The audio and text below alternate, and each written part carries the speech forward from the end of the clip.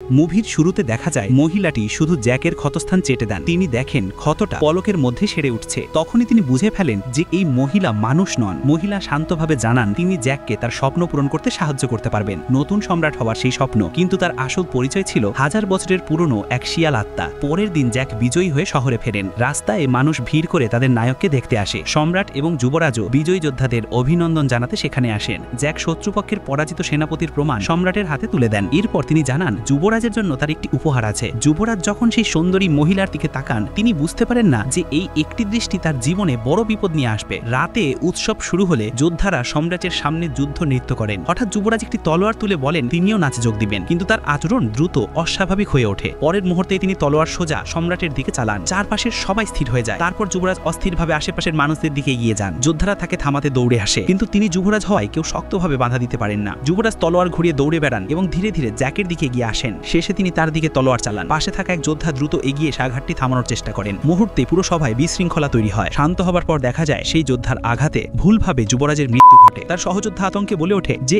এমন ঘটনার জন্য বড় শাস্তি হতে পারে। যোদ্ধাটি হাঁটু গেড়ে বসে দয়া চাইতে থাকে, কিন্তু জ্যাক জানান এই যোদ্ধা শুধু তার জীবন বাঁচানোর চেষ্টা করেছে, সে দোষী নয়, দেশের নায়ক। আসলে পুরো ঘটনাই ছিল শিয়াল আত্মার জাদুর ফল। সে যুবরাজকে নিয়ন্ত্রণ করে সম্রাটের ওপর আক্রমণ করিয়েছিল। আর এই বিশৃঙ্খলার মধ্যেই পথ তৈরি হয় জ্যাকের জন্য, এবং শেষ পর্যন্ত তিনি নতুন সম্রাট হয়ে ওঠে। দৃশ্যটি শান্তভাবে শেষ হয় আর এখানেই গল্পের এই অধ্যায় থেমে যায়। যদি পরের অংশ জানতে ইচ্ছা করে ভিডিওতে ডাবল ট্যাপ করে চ্যানেলটাকে সাবস্ক্রাইব করে রাখো।